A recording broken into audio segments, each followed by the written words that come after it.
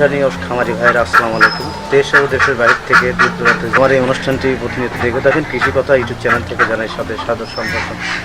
ক্ষুদ্র ক্ষুদ্র যে সকল খামারি আমাদের দেশের খাদ্য চাহিদা পূরণ করতে ব্যাপক ভূমিকা পালন করে আসছে, সকল ক্ষুদ্র ক্ষুদ্র খামারিদের সফলতার গল্প তুলে ধরতে গ্রামগঞ্জে ছুটে চলি আমি এরশাদ হোসাইন। প্রিয় দর্শক, আজ আমি আপনাদেরকে নিয়ে আসছি পাবনা জেলার সুজানগর থানার গোপালপুর গ্রামে।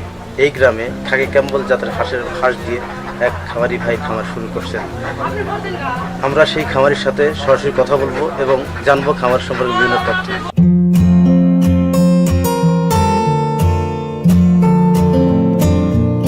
দর্শক, আমার সামনে যিনি দাঁড়িয়ে আছেন এবং পিছন দিকে খামারটি দেখছেন, খামারটি উনি দেখাশোনা করে আসছেন। এখানে কি জাতের হাঁস আছে এবং কতগুলো হাঁস আছে এবং কতগুলো ডিম দিচ্ছে, এই বিষয়গুলো তার কাছে জানবো। ভাই আসসালামু আলাইকুম। কেমন আছেন ভাই? ভাই আপনার নাম কি? জাহাঙ্গীর। আপনার গ্রামের বাড়িটা কোথায়? আপনি এখানে কোথায়? এখানে থাকেন আপনি? আচ্ছা, আপনার এই যে পিছনে যে খামারটি দেখছেন, এখানে আপনার কতগুলো হাঁস পালন করেন এখন? 530টা হাঁস। 530টা হাঁস কত করে কিনা ছিল আপনি জানেন কি?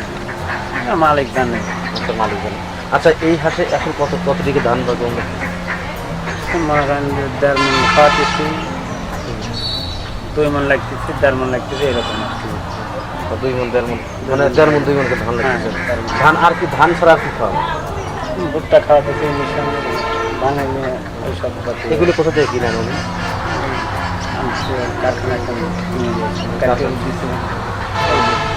প্রিয় দর্শক, ওনার এখানে যে হাঁসগুলো আছে 530টা হাঁস আছে, উনি 530টে 1.5 মণ থেকে 2 মণ খাবার লাগতেছে। যে সে খাবারটা হচ্ছে ধান এবং ভুট্টার গুঁড়া, এইগুলা এখনো খাওয়াচ্ছে। আচ্ছা, আপনি এখন হাঁসের ডিম দিচ্ছি কি? 50টা দিচ্ছে, 90টা দেয়, কোনো ঠিক নেই। মনে করেন যে মানে কেবল শুরু হয়েছে, কেবল শুরু আর কি। তো উনি তো এখনো লাভের অঙ্ক বা ওনার মালিক এখনো লাভের অঙ্ক বুঝতেছে না, কারণ কেবল 6 মাস হয়েছে 50, 60 বা 70টা ডিম দিচ্ছে। আচ্ছা, আপনার মালিক যে খামারটি করছে সে কি করে? ব্যাংকে চাকরি করে। কোন ব্যাংকে চাকরি করে? কাশীনাথপুর ব্যাংকে চাকরি করে। আচ্ছা, আপনার মালিক যে হাঁসের খামারটা করছে, এত খামার আছে, এই যে গরুর খামার, মুরগির খামার, ছাগলের খামার, এই খাবার দিয়ে কেন তুমি হাঁসের খামার করলেন? আপনি বলতে পারেন কি? আমি বলবো কিভাবে, কারণ আমি হলে কর্মচারী, আমি কিভাবে বলবো? আপনি এত কিছু জানেন না। প্রিয় দর্শক, উনি আসলে এই হাঁস সম্পর্কে অতটা অভিজ্ঞতা নাই, মানে নাই বলে চলে। ওনার মালিক কি জন্য খামারটি করছে আমরা পরবর্তী ভিডিওতে হয়তো ওনার এখানে আসবো। ওনার এখানে আসার পরে আমি অবশ্যই তার সাথে কথা বলবো এবং জানবো উনি কী কারণে এই খামারটি করছেন। তবে আপনি যে পুকুরের উপর খামারটা করছেন, হ্যাঁ, এই খামারটা করছেন, এই যে ঘরগুলো করছেন, এগুলোতে কতগুলো, এই জায়গায় কতগুলো হাঁস রাখেন? এই ঘরে কতগুলো হাঁস রাখেন? এবার আছে 380টা। আর এখানে? আর এইবারে আছে 150। প্রিয় দর্শক, পিছনে যে ঘরটা দেখছেন, এই ঘরে 380টা হাঁস থাকে, আর এখানে 150, মোট 530টা হাঁস। আচ্ছা, এই ঘরটার লম্বায় কত ফিট আছে বলতে পারবেন?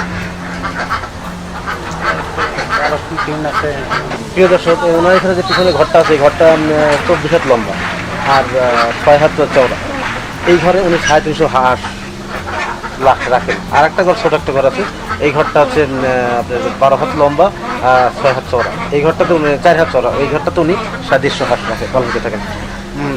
হাঁস যে পালন করে, হাঁসটা টোটালি পুকুরের উপরে ঘরটা করছে, ঘরের উপরে হাঁসগুলো রাখে থাকেন। উনি একদম আবদ্ধ অবস্থায় হাঁস পালন করতেছেন, কোনো মানে বিলে নেওয়া নাই। এখানে একটা পুকুর আছে, পুকুরে শুধু পালন করেন এবং খাবার দিয়ে থাকেন। তো প্রিয় দর্শক, আমি আসলে ভিডিওতে ততটা কথা বলতে পারলাম না, কারণ উনি এ বিষয়ে অভিজ্ঞতা না, প্রশিক্ষণ ছাড়া হাঁস পালন করছেন বা করতেছেন। আচ্ছা, আপনার হাঁসে কি এখনো পর্যন্ত কোনো রোগ বা এই ধরনের কিছু আছে, হয়েছে? না, রোগ হয়নি। আপনি এখানে ভ্যাকসিন করা আছে? ভ্যাকসিন করে হাঁসের? না, ভ্যাকসিন করা হয়নি। বা মালিক যেখান থেকে আসছে তারা কি ভ্যাকসিন করে দিচ্ছে? তারা করছে কি না করছে এটা মালিক জানে। প্রিয় দর্শক, আজ এ পর্যন্তই, দেখা হবে পরবর্তী ভিডিওতে। ততদিনে ভালো থাকেন, সুস্থ থাকেন, আল্লাহ হাফেজ।